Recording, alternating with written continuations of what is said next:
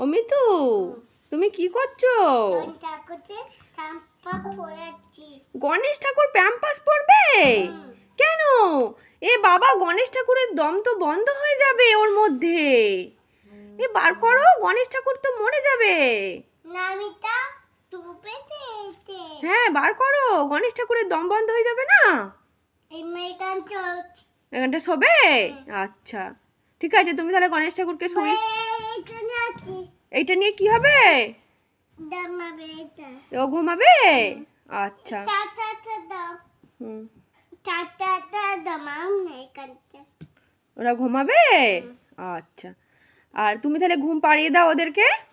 কৃষ্ণ ঠাকুরও ঘুমাবে, আবার পেঁচাও ঘুমাবে। এত সবাই মিলে ঘুমাবে?